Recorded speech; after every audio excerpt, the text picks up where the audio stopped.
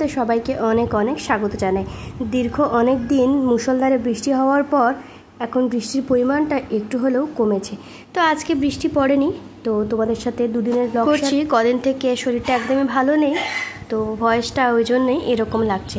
তো ঘুম থেকে উঠে ফ্রেশ হয়ে নিয়েছি, দুজনের জন্য চা বানিয়ে নিয়েছি, এখন চাটা খাবো। আর এদিকে মামামের জন্য স্কুলের টিফিনটা রেডি করছি। আর তোমরা তো জানোই মামাম প্যানকেক খেতে প্রচণ্ড ভালোবাসে, ওই কারণে বিভিন্ন জিনিস দিয়ে ওকে আমি সপ্তাহে প্রায় 3 থেকে 4 দিন প্যানকেকটাই দিয়ে থাকি। আসলে বাচ্চাটা যেটা বেশি খেতে পছন্দ করে আমি মনে করি সেটাই ওদেরকে দেওয়া ভালো। তো আর ওর দিকে ওর জন্য কিন্তু একটু সেদ্ধ ভাতও বসিয়ে দিয়েছি। ও ঘুম থেকে উঠে ফ্রেশ করিয়ে ভাতটা খাওয়াবো, তারপরে ওকে স্কুলে নিয়ে যাব। তো এদিকে মামাম রেডি হয়ে গেছে, খাওয়া দাওয়া করে টিফিনটা দিয়ে দিচ্ছি। আর ম্যাডামকে আজকে আমি যাব ছাড়তে।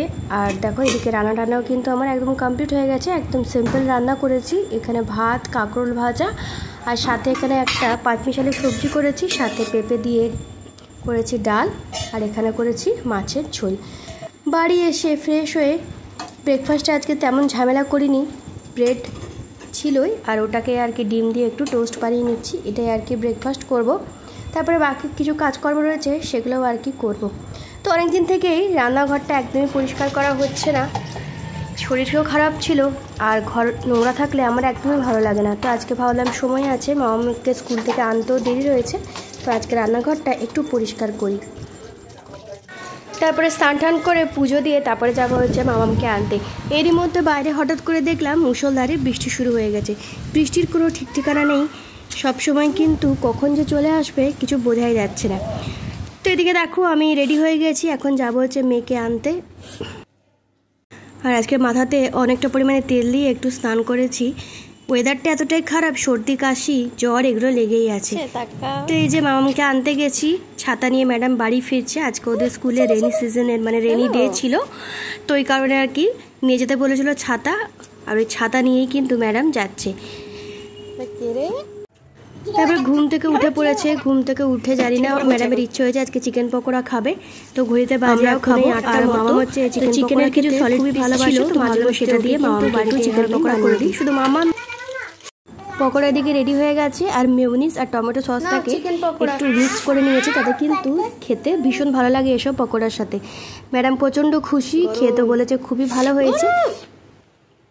এটা পরের দিন সকালের ব্লগ, রবিবারের একটা ছুটির দিনের ব্লগ তোমাদের সাথে শেয়ার করছি। তো সকালবেলা আজকে ইচ্ছে ছিল একটু লুচি বানাবো, কিন্তু আজকে ভাবলাম যে একটু সাদা সাদা পরোটা বানাই, ময়দার পরোটা। ময়দার পরোটা খুব একটা খাওয়া হয় না, বলতে গেলে একদমই খাই না, কিন্তু মাঝে মধ্যে আর কি ভালো লাগে।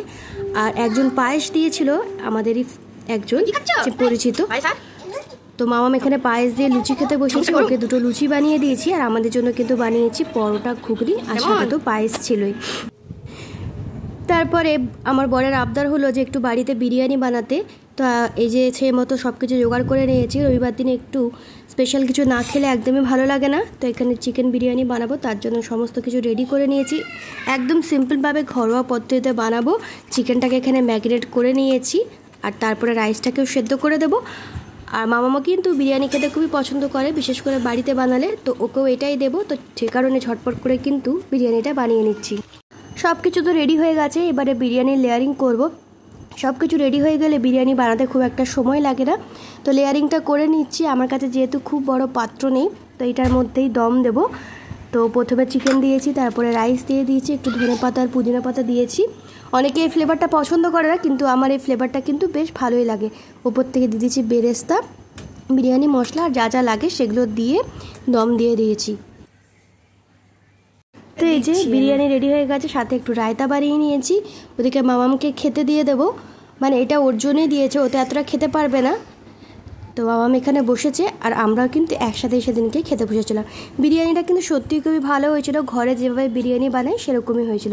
বিকালবেলা একটু বৃষ্টি পড়ছিল, বৃষ্টি থামার পর চলে গেছিলাম মামামকে নিয়ে একটু পার্কে। পার্ক থেকে এসে এখন আর কিছু রান্না টান্না নেই, বিরিয়ানিটা অনেকটা রয়েছে, সেটা দিয়ে রাতে ডিনারটা কমপ্লিট করবো।